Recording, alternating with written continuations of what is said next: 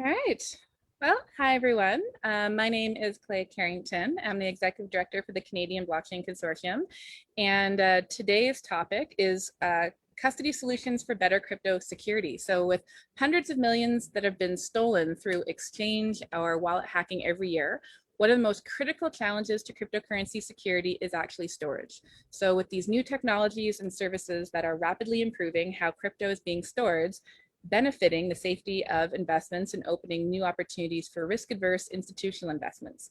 So with established banks like BNY Mellon beginning to offer custody services to their digital currency and asset investors, a new era of custodial safety and security is moving crypto into further into mainstream finance. So thank you so much for joining us here today as we have this discussion. I always like to start off just talking a little bit about the Canadian Blockchain Consortium. So we start off as the Alberta Blockchain Consortium about 3 years, in 2017, and we do a lot of work in the space in terms of advocacy, education, projects, promotion, marketing for different companies all across Canada to support not just the adoption, but commercialization and implementation of this technology. So if you're interested in learning more about who we are and what we do, please join us at canadablockchain.ca. Of course, as a not-for-profit organization, we couldn't do what we do without our incredible members and support. So big shout out and thank you to everybody up on the screen. And a special thank you to today's sponsor of the event, Bitcoin Wow. They are about to become the world's first publicly traded Bitcoin ATM company, and they are Canada's non-custodial Bitcoin ATM company with over, I think, like 110 ATMs all across the country now. So if you're looking to get your hands on some Bitcoin, just check out their website at bitcoinwell.com, and they have an ATM very likely close to you to service your needs. We really love it when people engage with us, so please make sure to ask questions. You have an incredibly knowledgeable panel here. They want to be able to answer your questions. Please put them in the Q&A box. I know it's really tempting to type it into the chat, but sometimes it's a little hard to be able to manage both areas for questions. So if you wouldn't mind just putting them in the Q&A, they'll get to them after their dialogue. We also love it when you guys follow us. So we're on Twitter, LinkedIn, Facebook. If you like anything the panelists have to say, you can take a screenshot and tweet out what they said. And if you tag us in it and put hashtag sorry, I can't even speak today, it's Canada Day. So hashtag Canada Blockchain, we will like and reshare that one. Other thing that we're really excited about, we just launched our 7th issue of our new magazine out today. This one is a bunch of our insights from the Bitcoin 2021 conference. Fantastic. It's a free resource. You can check it out on our website, again, canadablockchain.ca. All the issues are free. If you sign up for our newsletter, you get it the day that it comes out. It's lots of great research also done in this space, and there's also a directory. So if there's any companies that you're looking at engaging with and their services, if you look to the back of the magazine, you'll be able to get a hold of them. So without further ado, I'm going to introduce you to the absolutely stunning Dina Mainville. She's the Director for Industry Engagement at TRISA, and she's also on our Canadian Blockchain Consortium's FinTech Committee. So Dina is a Senior Director with CipherTrace, is a leading cryptocurrency compliance firm, and is the Director of Industry Engagement at TRISA. It's an open source solution for FATF travel rule. She works with government, regulators, financial institutions, and cryptocurrency businesses on implementing technologies that enable transparency and compliance within the virtual asset ecosystem, mitigating fraud, money laundering, and other financial crimes. She is an international speaker on blockchain and cryptocurrency and has been advising Fortune 500 companies on blockchain initiatives since 2016. She attended the University of Toronto and has studied blockchain, cryptocurrency, fintech law, and policy at Princeton University and University of Niscosa and Duke University. She currently serves on the FinTech Committee of the Canadian Blockchain Consortium. So thank you so much, Dina, for being with us here today as our moderator, and I will leave it to you to introduce your incredible panelists. Okay, thank you so much, Kalea, and thank you everybody who's tuned in today. I am elated to be doing this panel. I think custody is a super interesting area, and it's one of these things that is topically relevant, not just to institutional players who may be joining us today, but also to retail investors who are just interested in this space and want to know, what the best practices are and how to get involved in a way that is safe. So what I'm going to do is I'm going to actually ask all of the panelists to introduce themselves just so everybody gets to hear from you all personally. So maybe Dave, if you want to go first, we'd love to hear about who you are, what you do, and why you're in this space. Yeah, I'm Dave Bradley. I'm the Chief Revenue Officer for Bitcoin Well that Kalea mentioned at the top of the broadcast there. I've been in the space for 11 years now, I guess, and I've gotten my fingers into just about everything. In addition to that role, I'm also the Vice President of Canada, I think, at the Canadian Blockchain Consortium, and I've worked for the last 4 years on that with Kalea. Awesome. We're happy to have you, Dave. Thank you for being here. George? Thanks for having me, and thanks for dialing in on Canada Day or not dialing in on Canada Day, whatever makes more sense for you. We are recording this, so obviously this will be posted on a couple of channels if you want to watch it after. I got scared there for a second, by the way, Dave, when you said Vice President of Canada. But, so on a bit more of a serious note, I'm George. I'm the co-founder and CEO of Balance. You can find us on balance.ca.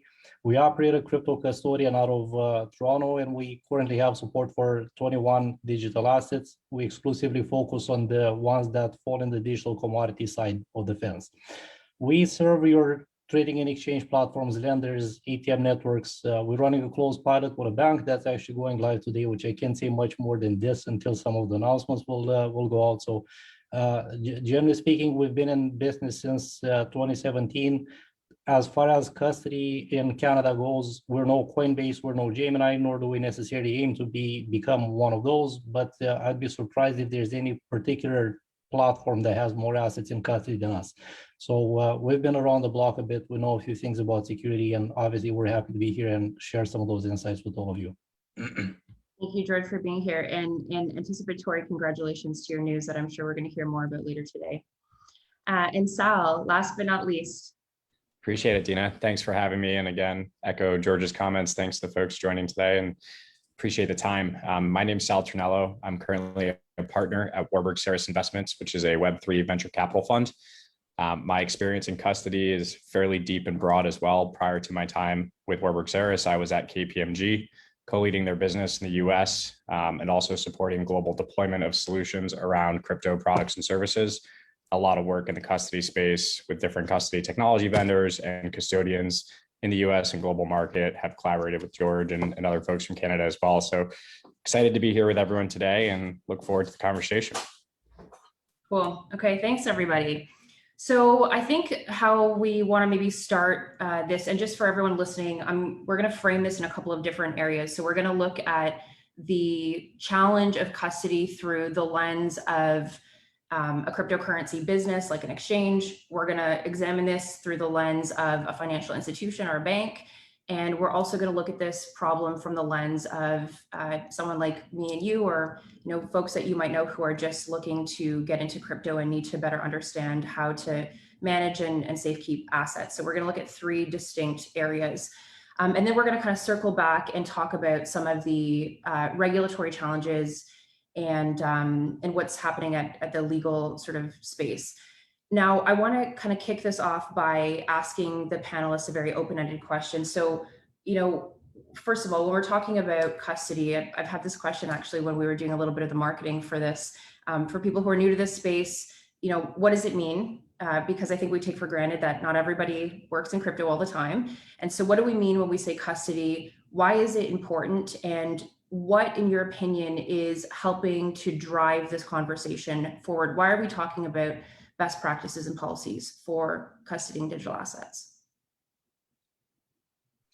If I maybe may hop on this one quickly. So the way we view ourselves in our business, at the core of it, we're a secure storage solution. This is what custody, end of the day, comes to. Between the legal arrangement with our clients are, we take exclusive possession over the assets by generating and managing the private key material that ultimately controls the digital wallets where the assets are being held, while the client retains the full legal title ownership. So the assets are recorded in their books, not on ours, as well as control. Control is done through custody agreement. We operate what's called a directed custodian, which is the assets just sit and where they sit safely. And whenever you need them to move somewhere, the client has to initiate a withdrawal request. we pursue all the necessary avenues to make sure that the withdrawal request is authorized and do any sort of out-of-band checks that might make sense. Once we do verify that the withdrawal request is authentic, we move the asset. So nothing moves unless the client initiates the move. Now, obviously, on top of the secure storage solution, you also need a money transmitter on top. A custodian that can't take deposits in or process withdrawals isn't all that useful. So money transmission is an integral part of our business as well. Anybody else? I saw you come off mute. Do you want to add anything to that? Yeah, I mean, I'd echo George's comments and kind of just apply this in comparison to traditional financial markets and kind of the expectation of what qualified custodianship was in that context. And I think to George's point, you know, the idea of custody is more of a core infrastructure capability today. It's not just a construct required by specific regulatory statutes delineating asset management from custodianship in the context of, in the US market, the 1940 Act. But you know, this viewpoint of custody as a capability is something that is being embraced by financial services, and we'll talk about this more in a bit. And looking at, you know, how does this actually underpin kind of back office operations in the future, and what are the right models to do that? So definitely a broader scope of coverage when it comes to the custody conversation today, and a lot of that has to do with this difference between regulatory construct and core infrastructure capability. Yeah, I would echo all of that. I think what Sal and George are basically defining is the business of custody. And that's mostly what's relevant to this discussion. But I think it's really also pretty relevant to note that you can self-custody your assets.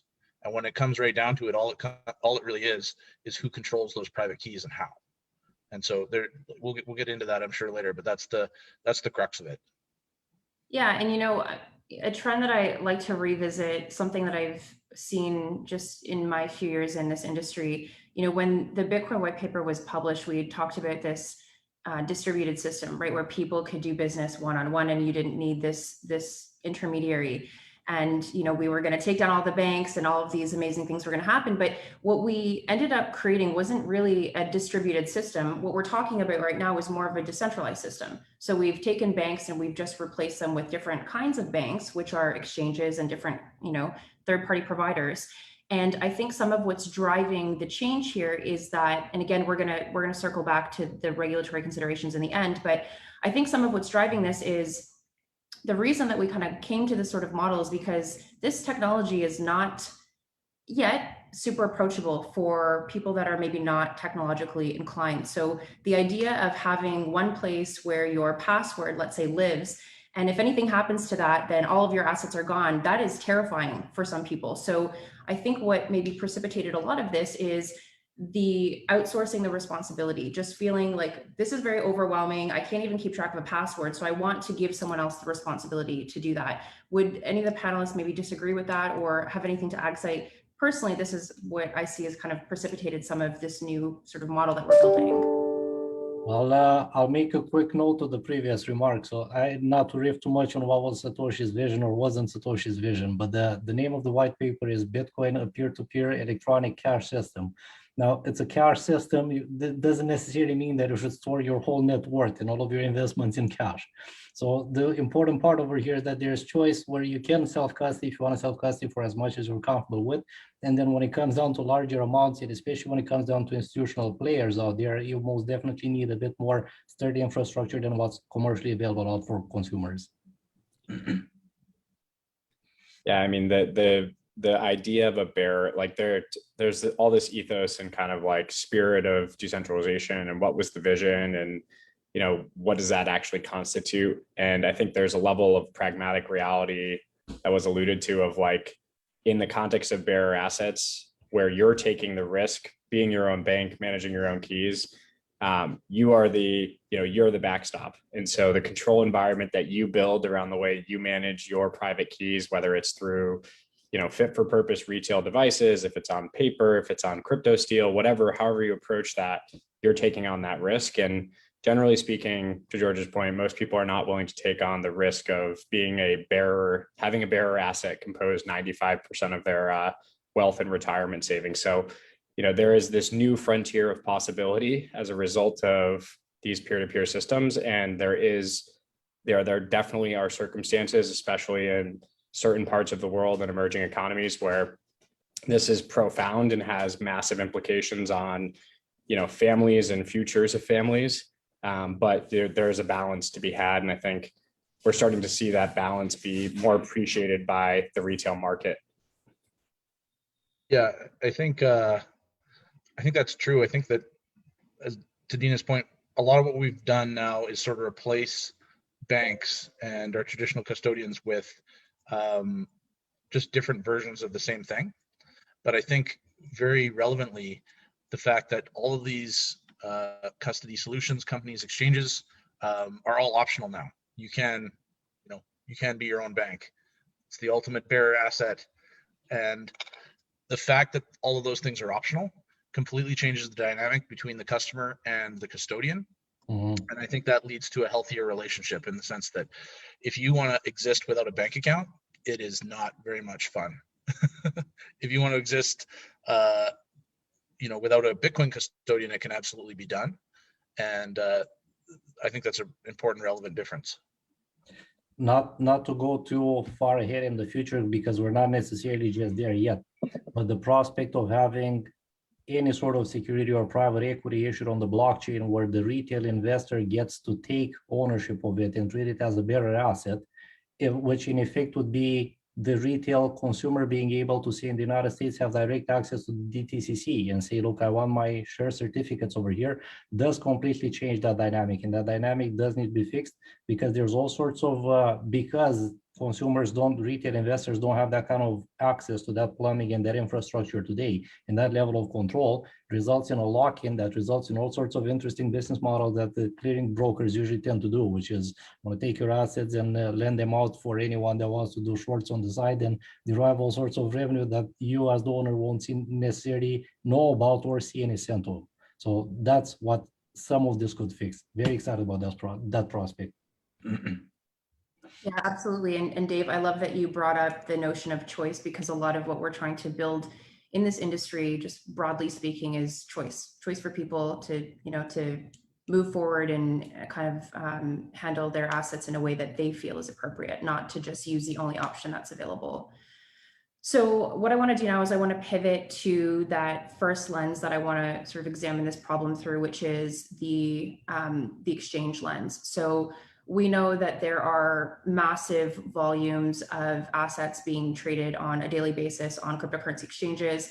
And again, like, these points of centralization are prime targets for hacks and frauds and bad actors to do bad things. So let's talk about what some of the challenges for exchanges look like.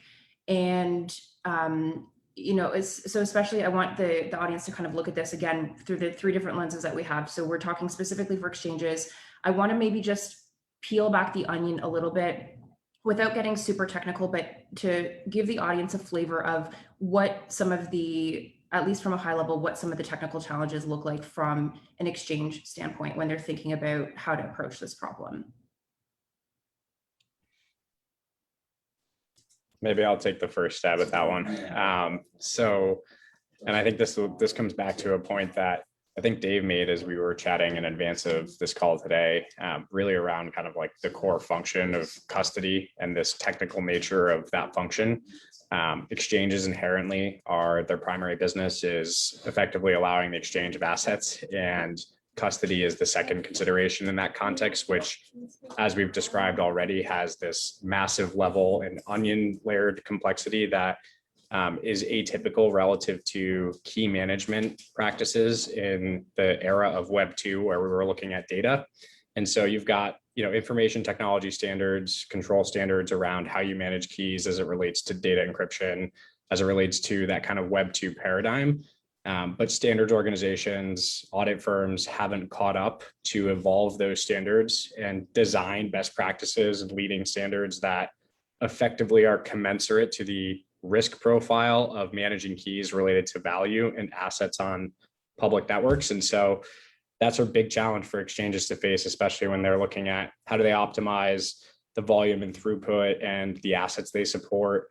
And so there's just a difference in terms of the business core competency And as a result, there's been less focus, historically at least, on kind of the security side and secure storage, resulting in a lot of the hacks and headline compromises that we see or have seen consistently throughout kind of the evolution of this space.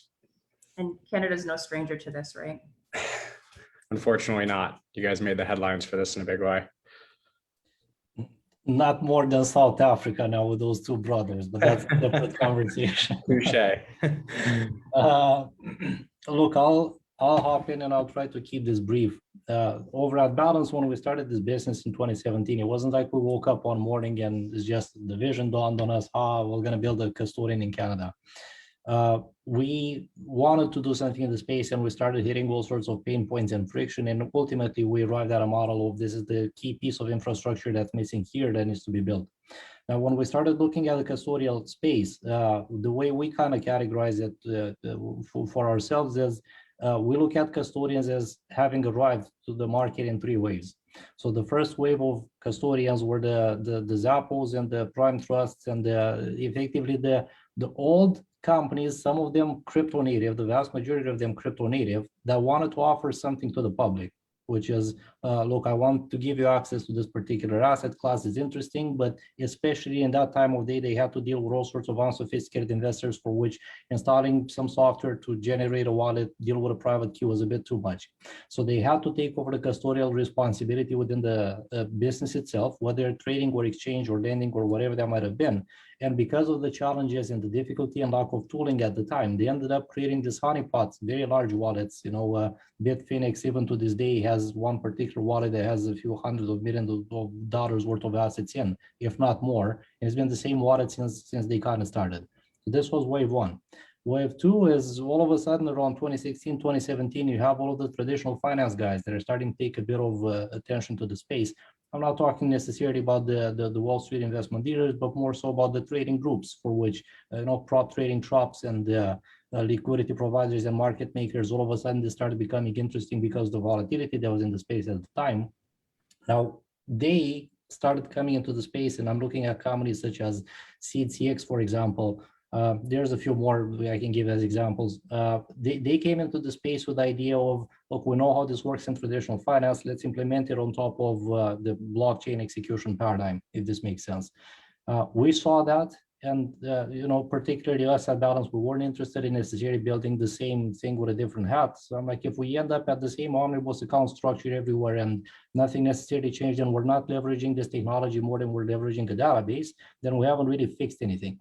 So now you're looking at the third wave of custodians, and we'd count ourselves in. I would count Copper and I would count Anchorage and some of the ones that merge the two and say, look, there's a little bit of understanding about how traditional finance works, but the core team is composed out of engineers, and we understand this technology from first principles. What can we leverage as far as what the blockchain gives us to address some of the risks inherent to the business in a way that's a bit smarter than process and practices in people? Maybe we just address some of those risks with cryptography. The bigger challenge, so now we've effectively built a solution because at the time we were looking at how do we keep full segregation of assets across retail clients ourselves, and we're targeting tens of thousands of retail clients for a product that we never eventually launched, but nonetheless, that was the idea at the time. And both the wave one and wave two custodians, they were offering the same omnibus account structures that, you got to put in 1 million or 10 million minimum per wallet, and we're going to charge you 1% per year in fees, otherwise we don't deal with you. So we figured, you know what, we can do better. The tech does allow it to move past these omnibus accounts, which again, historically they've been used because it's easy to deal with. And let's actually use this technology for the way that it's supposed to be used and arrive at a level where we can hold hundreds of thousands of segregated retail wallets, and it operates as effectively as an omnibus. So this is, again, wave three of custodians. Now you're getting to see full segregation in all the client assets in the platform and the client's assets, addressing not only a lot of regulatory risk around securities law, but risk inherent to holding the assets safe for the investors themselves. I did say I was going to keep it brief. That wasn't brief, but No, bear with me. yeah, going back to Sal's onion analogy, I think a lot of the risk inherent in the exchange space right now comes from all of those layers. And really what's going on with most traditional what you'd call a cryptocurrency exchange, is they're combining 3 different businesses. And the businesses would be an on and off ramp, the ability to buy Bitcoin or other assets for fiat, for dollars. The second one would be the the trading platform, the order books. And then the third one would be the custody. And I think the custody sort of came into that naturally, where, you know, people wanted to hold their money in the bank, as we used that analogy before. They wanted someone to trust. And the early exchanges, part of the reason that this has become such a big deal is the early exchanges were really not ready for that. They're not specialists in custody at all. And I think that's what we're seeing now with your example of the three tiers of custodians. But I think those first 2 business models actually compromise the third, in a way, in the sense that you know, you don't need to allow an exchange to custody your assets in order to buy Bitcoins from them. Mhm. Right? There's a number of non-custodial platforms, and frankly, that's a much safer way to do it if you're actually capable of handling the coins yourselves and controlling those private keys. But when you combine the 2, and you have the necessary sort of fast withdrawal speed that you get from an on and off ramp, and then you apply that to a trading platform, the trading platform by necessity requires some skin in the game. You've got to have some assets in there to trade. That becomes riskier. And so that's why, you know, one of the biggest exchanges in the world, BitMEX, they've been one of the biggest targets out there forever. And I don't think they've ever been hacked, because they're not an on and off ramp. And so they do their withdrawals once a day. And that really, really limits the window for hackers to attack the platform directly or to attack the user accounts. And so I think ultimately what is going to make the whole space safer is a lot more specialization. So I think where it's appropriate to have custody, it should be going through someone like Balance or any of the other great custodians that have been mentioned here that is a specialist in that. And I think that ultimately, if we see those 2 other businesses separate, that's going to be safer for everyone long term. 100%. And you're already seeing the changes that are happening. So wave 1 of custodians have already mostly been M&A'd into wave 2 custodians or traditional finance, and wave 2 custodians are doing acquisitions left and right strategically. Gemini just acquired this company called ShardX that does some nice multi-part computation technology to effectively retrofit their existing solutions into what a wave 3 custodian should kind of be.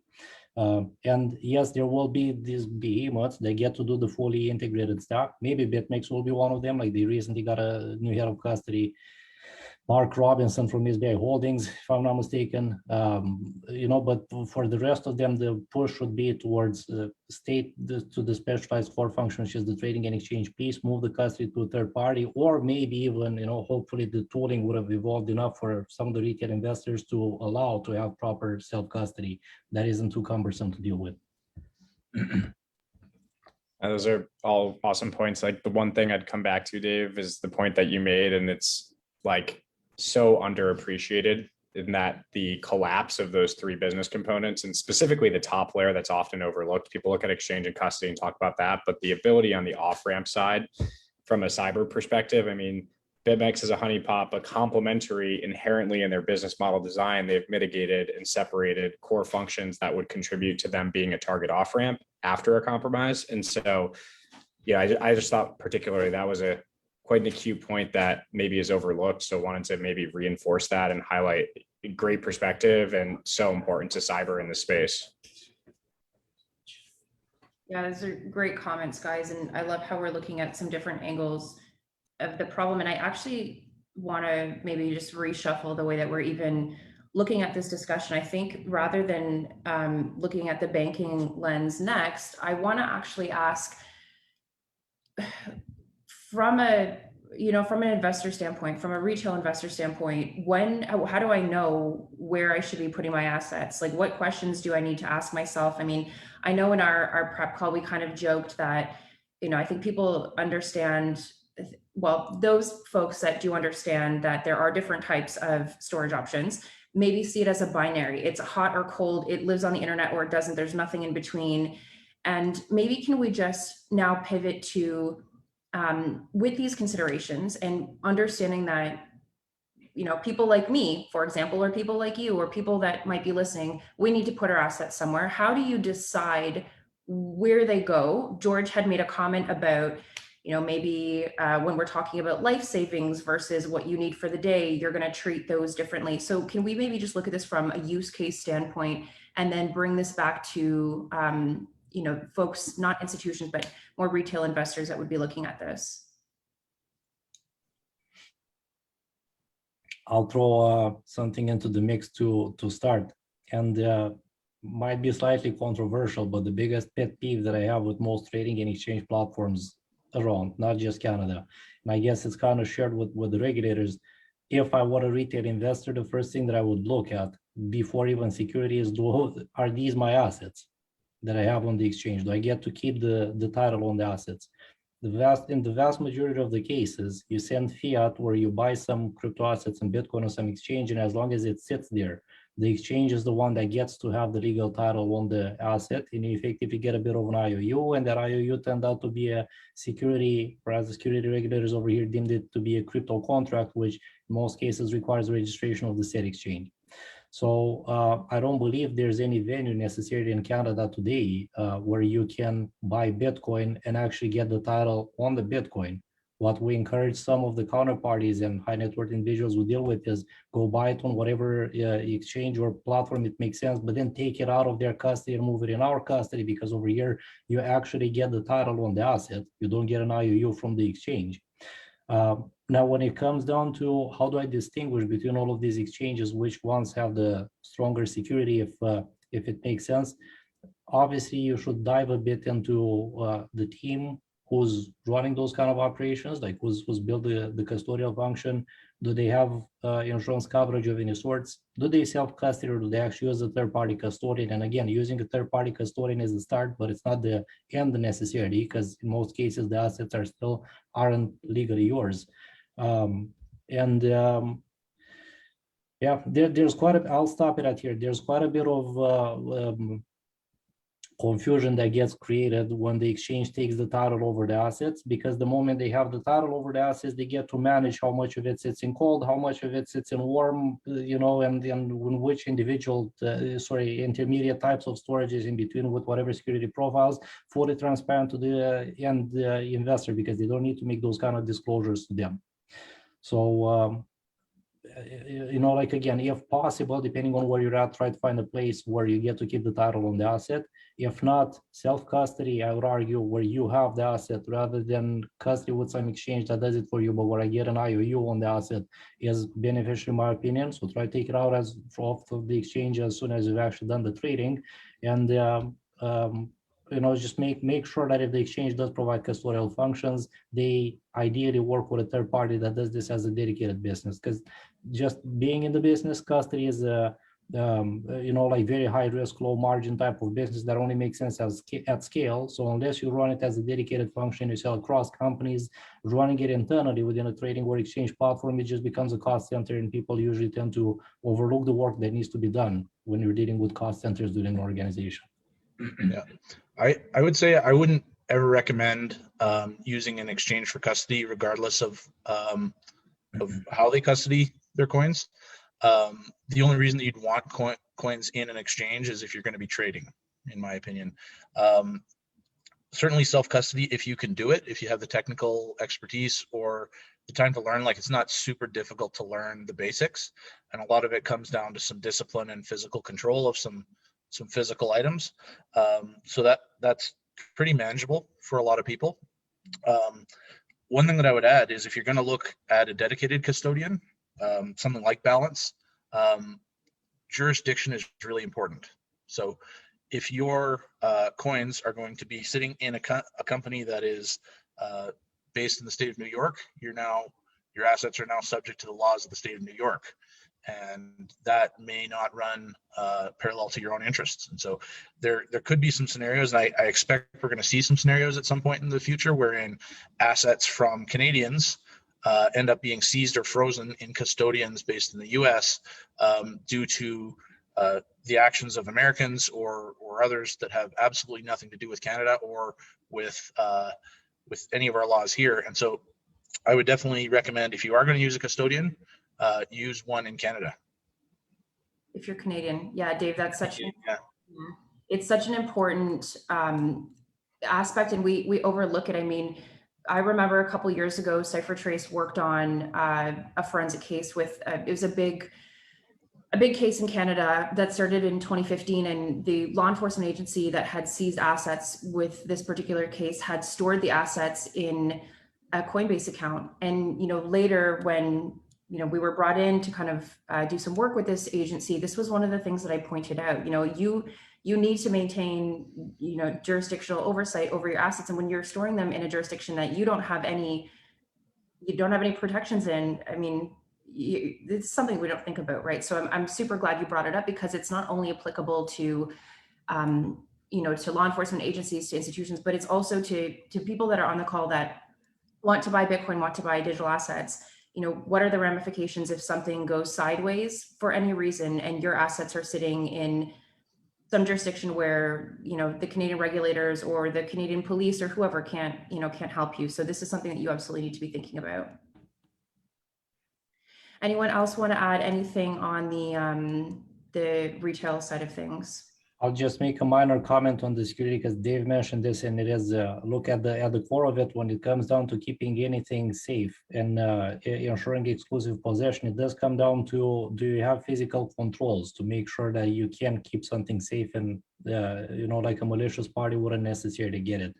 So like in our case at Balance, the specialized hardware that we use to manage the private key material sits in bank grade vaults that are under access control monitoring, and there's armed guards 24/7. So it really got to pull a bit of an Ocean's 11 type heist if you're to try to get something done. So when you're looking at those trading and exchange platforms that offer self-custodial functions, just look at where their offices are, locations, like with the staff that you have over there, does it look like they could have the kind of rigor that this kind of business requires internally to make sure that it's not as easy as someone stepping in some office and taking some devices or some stick off of the table, which in the Quadriga CX case, for example, it's not as if they broke the standard of care, because the assets of the people on the platform weren't treated with the same kind of prudential risk as the assets of the exchange, but it's just that all of it got lost because of the way that it was handled. So yeah, there was an early Canadian Bitcoin exchange that I will not name, that had their cold storage distributed around the province of Alberta at the CEO's family members' houses on paper wallets. And so when the hot wallet needed to be topped up, he had to go on a road trip. And like, yeah, I'll be back in 6 hours with the paper wallet, guys. So things have changed a little since then. And I think something that maybe people who are not actively in the space don't realize is we're not. If you are, let's say you download a software wallet and you write your seed phrase down, or you print your seed phrase and you have that piece of paper, that's a form of custody. And that's not necessarily what we're talking about when we're talking about, someone like Balance, that, they don't generally have your piece of paper and put that in a storage container with people with like machine guns standing outside. That's not what we're talking about. There's lots of different cryptographic techniques that you can use. There's sharding, there's FPC, there's all of these amazing techniques that we use that are not the same that you would employ yourself. So I think it's important to kind of convey that message to people that are listening. We're not asking you to give your piece of paper to someone else and entrust them with that. They've got security protocols that are much more than that, right? So the wave 1 and wave 2 custodians, the security profile, even for the cold storage solution, used to be if you compromise the custodian organization end to end, including in breaking in whatever vaults might have been the case, you can get access to the assets. For the wave 3 custodians and the ones that employ, and there's some vendors out there as Fireblocks, Curve, and so on that use the techniques such as multi-part computation, for example. The point is, wave 3 custodians have taken it to a level where there's a cryptographic link that gets established between the custodian and the client organization. So compromising either organization and all of them, the endpoints that you might need to compromise, it still isn't enough to have any sort of unauthorized access. So then this is the case for us at Balance as well. So look, if you take me at gunpoint, if you take all of our employees at gunpoint, pull a heist, break into a vault, we get to some devices, I still can't do anything for you. Like at best, I can put a last remaining signature on something that was cryptographically signed from the client's end, and it's gonna go where the client directed it to go. So we're gonna have to also go to the client's organization and do the exact same kind of drill. So that's the key distinction between wave 1, 2, and wave 3 custodians. Just in case anybody was thinking about kidnapping George, he doesn't have. I'm I'm a taking notes. certified Krav Maga instructor, so come get it if you're interested. But you know. One thing I think that's worth adding as we're talking about sort of the physical control and these sheets of paper and, you know, having people with machine guns guarding them. One thing that's really common in the space for people who self-custody that's a really bad idea is throwing those seed phrases or private keys or paper wallets or whatever the physical implementation of your custody is into a bank safety deposit box. And that's something that people are very used to using to store valuables, but is not intended that way. So it's not intended to be used as a store of value. And there have been a lot of cases in Canada where banks have actually seized gold or cash that's kept in a safety deposit box because it violates those terms of service and using it to store value. And I've never heard of that happening with Bitcoin or crypto, but it's certainly along the same logical lines that banks, once they realize that, if they notice that you have you know, an unencrypted private key or a seed phrase in your safety deposit box, that they may seize that, and they may be well within their rights and the terms of service to do that.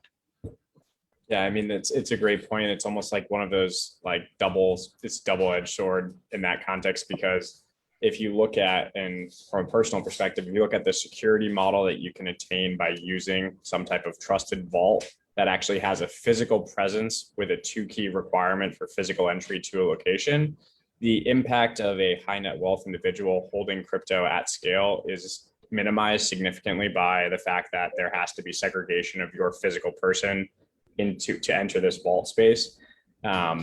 And so it's just an example of like the spectrum of scope of risk and security and trade-offs that have to be made. But I think the point I'd make on the self-custody side is that, and we talked about this at the beginning, is that you're taking accountability and you're owning the risk that relates to managing your assets. It's an incredible empowerment. It's transformative in so many different pockets, but it comes with significant risk, especially when you start to think about assets at scale. So that'd just be the point of reinforcement I make as we pivot along and probably chat some regulatory stuff too. I'm not sure what's next. Yeah, actually, one more point on this. So we've got a question from someone in the audience, and they were asking what happens where you have, let's say, a Canadian or a US exchange where they have data stored on, you know, servers that are in a completely different jurisdiction, like let's say Cyprus. What are we talking about there? Who's got jurisdiction over assets? Does anyone have? I know that this is going to differ depending on the jurisdictions that we're talking about. This is a pretty big question, but maybe if anybody wants to take a stab at answering this, at least at a high level. Yeah, I would say it doesn't really matter. If somebody has access to it, they could potentially have jurisdiction over it, and you don't need to know the like legal ins and outs of every single possible permutation of servers and whatnot. What you need to know is that you know, if your hardware or your hardware security modules are in Cyprus, then the government of Cyprus and or the locals in Cyprus can get physical access to those, and that's sort of the relevant piece there. I think the more relevant piece is in the opposite direction, because when you're giving out custody, you're already sort of assuming, you know, you're already trusting this entity that you're giving the coins to, and so what I would be looking for is more protection on the opposite end. So if George steals my coins, I can sue him in Canada, and that's it's a legal remedy to the contract that we have, and so that's pretty straightforward. Having it all in one country is about as straightforward as you can get, and it doesn't necessarily matter where the servers are unless you're moving the actual access to the coins into another jurisdiction. It's a tricky one because it boils down to where is the Bitcoin. Right? Yeah. It is still open to debate. Is the Bitcoin in the wallet? Is the Bitcoin in some magical blockchain cloud? Is the Bitcoin in the relationship between the private key that controls the wallet and like what it is in the private keys, as you know, you can distribute and you can generate a private key in a distributed fashion where the shards are never in the same place to begin with. Look out on the jurisdictional issue. I will take it a bit to real estate over here, just quick detour. So it does come down to, like when you get into real estate, you realize that the government's the only one that has a notarial title over the land. You get some, this thing called an estate, some fee simple absolute types of terms, but nonetheless.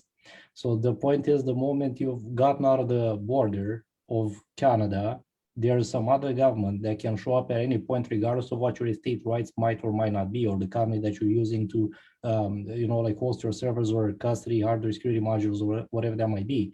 The local government can show up at any time and retake the physical possession and control over that particular location.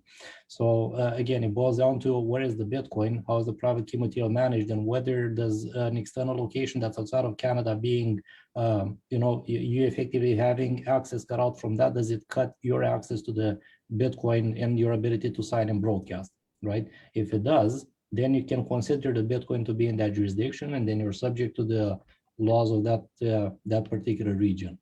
To Dave's point, legal remedy is the last type of recourse that you want to get to, but it is there. So like end of the day, it's like if you're doing business, you're gonna be interfacing with companies of various sizes, large and small, and unless there's the state to come down when needed and enforce the terms of a contract, like you'd never be able to necessarily go and enforce the terms of the contract against the exchange yourself. So you definitely want to make sure that you're not, by giving your Bitcoin to some particular trading platform, you're not also signing up to, like go and arbitrate in the British Virgin Islands if it comes down to that. Read those agreements, always. By that logic, I guess you kind of have to consider as well what jurisdictions your custodian is exposed to. So if a Canadian company can be sued or sanctioned in the EU, for example, and the EU can seize assets by restricting the business of that company, then you're exposed to that as well. Yeah. All right, so we've got about 10 minutes. There's two other things that fit very nicely in together.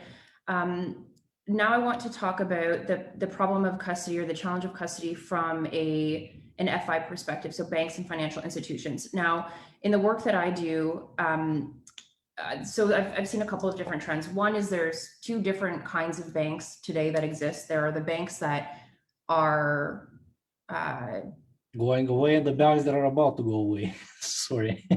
That's a different way of looking at them, yeah. But there are the financial institutions that are looking at crypto and saying, listen, like there are opportunities that we want to exploit. We want to bank these companies. We know that there are guardrails that we can put in place to protect risk or mitigate risk related to, establishing and engaging in business relationships with these types of organizations. And then there are banks that are still kind of digging their heels in and saying, we don't want to touch this stuff. It's way too risky. All we're going to do is what we're expected to, which is maybe just measure our exposure to this space. If we've got, clients that are using our rails to buy crypto assets. So the trend that I'm seeing, and I'm from my own, professional standpoint, I'm seeing this a lot in the United States specifically, is the banks that are either emerging out of a 2 or 3 year R&D stint, or are now actually more forthcoming about the fact that they are taking some kind of crypto position. I'm seeing that a lot of them want to be first or one of the first to market, but they don't necessarily have the technical capabilities to undergo a lot of the development that's required. So if we take custody as one specific piece of that. And so I'm seeing this trend where they are outsourcing, let's say, custody, while simultaneously investing in the capabilities to actually build their own, because this is not risk that they can likely outsource on an extended period of time, right? They're obviously very sensitive to reputational risk and a whole other slew of matters, including regulatory obligations that generally can't be, sometimes can't be outsourced. So my question here is, and Sal, maybe we start with you, just because I know you spent a very long time leading the development of Chain Fusion at KPMG, which is specifically focused on, you know, custody, proof of reserve, transaction monitoring, and you dealt with these players a lot. So what, for the folks that are dialing in from an FI perspective, whether their institution is thinking that this is coming or not, it is. What do they need to be thinking about when they're approaching the problem or the challenge of custody? Yeah, I mean, I think the point that George made previously around the technical specification and specialization of the operational processes, the controls, the infrastructure, mandate a dedicated focus on this, and that recognition of the gap between the current operating model within the banking sector or financial services institutions and what it takes to effectively run a digital custody business, let alone at scale, is fundamentally different. And the risk profile is something that they're still working to get their heads around. And so in context of those dynamics, you generally see kind of a 1-2 step process that plays out, where there's a courting and engagement process to market of a number of sub-custodians that fall across the framing that George provided of Gen 1, 2, 3, where they go on an information gathering endeavor to understand the different edges, security model, financial solvency, stability, very, very deep due diligence across a number of sub-custodial providers, and then ultimately selecting one or several to launch an initial set of products and services with, while also continuing what I think you alluded to around research and development efforts to internalize custody as well. And so in the future, it's likely to be some mix and balance of both angles. But I would say the resounding point of view from the banking sector is that everyone wants to say that they're activating crypto products and services today through an investment and signing an agreement, commercial agreement. But there's a lot of a pressure to drive press versus pressure to make fundamental movement and actually drive steps forward. So there's definitely a gap between the media and the perception that it creates and what's actually happening on the ground. But there is movement forward in both of those swim lanes of sub-custodial adoption as well as internal custody, incubation, and development. I do gotta say, Sal, that was great. I'll take a page from your book, Information Gathering Endeavor. Back in my dad's day, we used to call it a fishing expedition, but due diligence, that's what we called it. Yeah. I think the FIs that are going to end up coming out ahead in the custody space are probably going to be ones that buy companies like Balance. That'd be what I would do. It's spot on. I mean, your point, like the wave of M&A activity that has started to pick up, like from my perspective at KPMG, the amount of due diligence work that I did on investment targets over the past 12 months was 10x what I did the previous 2 years. And the biggest question in that is, frankly, what's the valuation, and can these traditional financial institutions actually stomach a multi-billion-dollar valuation if that's what it's going to come to? And if you look at the financial position of the incumbent institutional custodians, they're not in a position to make that type of scale acquisition. So it's actually crazy to think about the valuation of exchanges, custodians, and crypto native organizations have achieved such high multipliers in their growth equity phase that these banks actually can't acquire them. And so you see the emergence of joint ventures like Zodia with Standard Chartered and Northern Trust. You see BNY white labeling Fireblocks tech stack and deploying that inside of their organization instead of acquiring Fireblocks. The only one that actually coughed up the money, and it wasn't even a custodian purchase, was PayPal to buy Curve. And even then, there's still a huge development roadmap ahead of that acquisition that has years to be realized. So I totally agree with your point. I just question whether anybody has the pockets to actually make it happen now. Also, to add a bit into the mix here, as you can imagine, like we're in conversations with all sorts of financial institutions, both for, like, is there a long-term strategic partnership possible over here, or as far as can we help you towards activating the crypto assets within the organization? To your last point, You saw the news most likely recently. The Deutsche Börse just acquired a majority ownership in Crypto Finance AG, which was one of the last few standalone custodial provider type businesses based out of Switzerland.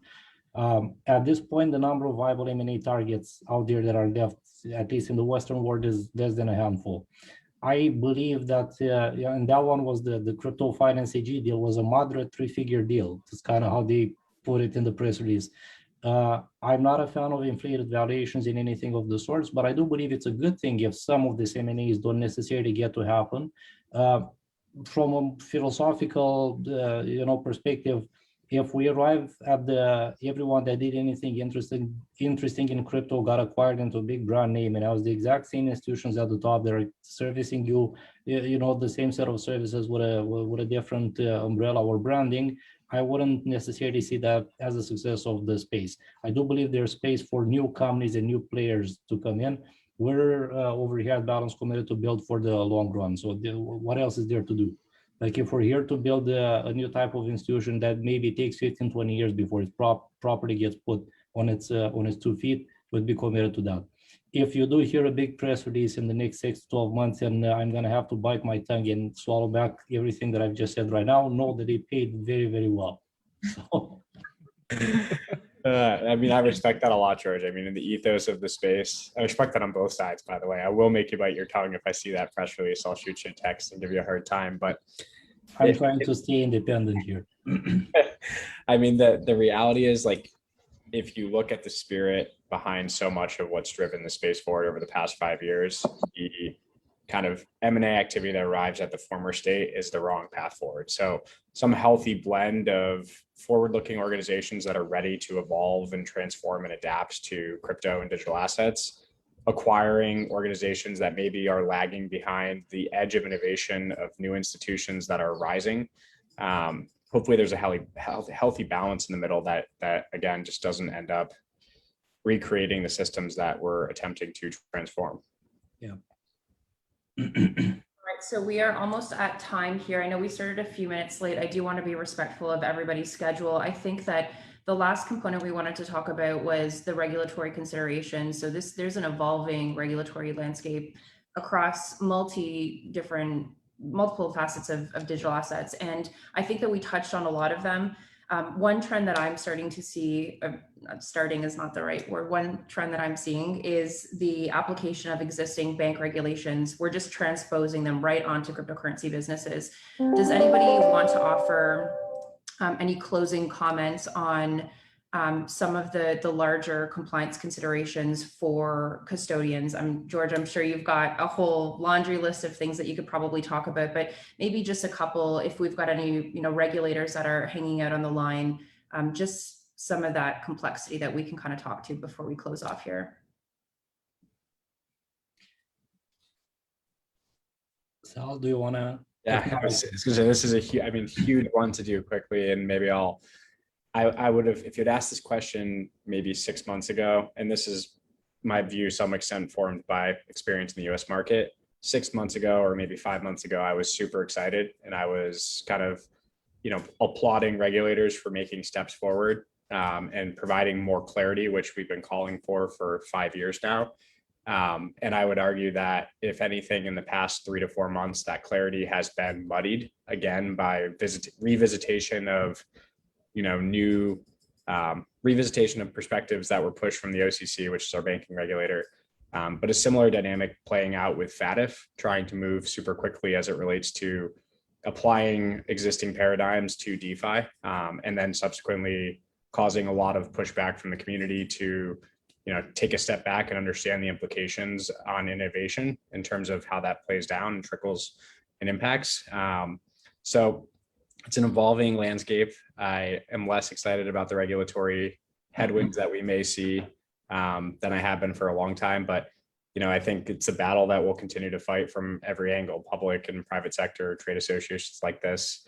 And education is the foundation of progress. And so, what you guys are doing is critically important to that. But yeah, it's definitely not what I wish to say in the summer of 2021. Anyone else have any comments on this? Look, I'll add more because it's on the record from about 6 months ago when Yeah. Sal was mentioning it. Not to take it to Jesus here, but one analogy that I tend to make is the parable of the weeds, because it's an old one, and the very short version of it is an owner had a field, and overnight someone else came over and threw in some weeds into the wheat that was being planted there. So when the owner woke up in the morning, he found his workers overzealously pulling out the weeds out of the ground. He immediately put a halt and said, what are you doing? Like, to stop it, because if you take it out right now, you're going to damage the roots of the wheat, so nothing will grow. Let it get to harvest season, and at harvest season, we're going to take everything out, and we're just going to sort it, the wheat in one pile, the weeds in one pile, and we're going to burn the weeds.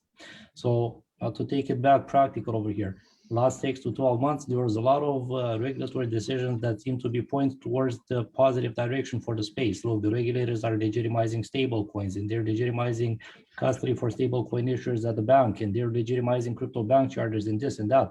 And my argument has always been, and it's been consistent throughout, which is they're legitimizing their own business models that tend to emerge from the established players.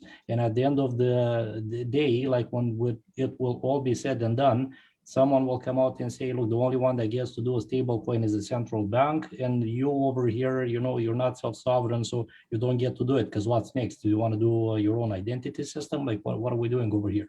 So the point is, for some of the business models in the crypto space that you're seeing a string of positive regulatory decisions, you always need to move with the strategy in mind that the decisions might not necessarily be positive, but it might be carrying the coal mine that maybe you want to take advantage of that model for as long as you can still operate it in the market. And then once it's all said and done, you've established yourself to a level where you can start pursuing additional revenue streams on top. Yeah, I think there's a lot of square peg round hole attempts going on, wherein they're trying to look at the business models in our space in the context of how the business models that are somewhat similar in other spaces work, and doing so without really circling back to the original intent of the regulation, which in most cases is consumer protection. And the result can end up being some of the chaos that we're seeing right now in securities regulation, for example, in Canada, where you know, arguably our consumers, especially in Ontario, I would say, have a lot less access to markets and are no more safe than they were a year ago. And that's not serving anyone.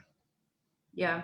And, you know, maybe I'll offer the closing comment on this as someone who's worked in the regulatory space for a number of years. It's a really challenging space to work in. I think that our industry very much has a responsibility to work closely with regulators, because, you know, they don't understand what they don't know. Non-technical folks don't understand what they don't know. And it's really important that we get this right. And Dave, to your point, I think square peg round hole situation is just, this is a lazy attempt. You know, it's like we're just taking things that are already built and we're just going to stick them onto this new thing. And we need to get creative. We need to think outside of the box, and we need to be curious about the new industries that we're fostering here. So with that, I think this has been a fantastic discussion. We're only 6 minutes over, so I think we're within our 1 hour here. So again, thanks to everybody that's tuned in today.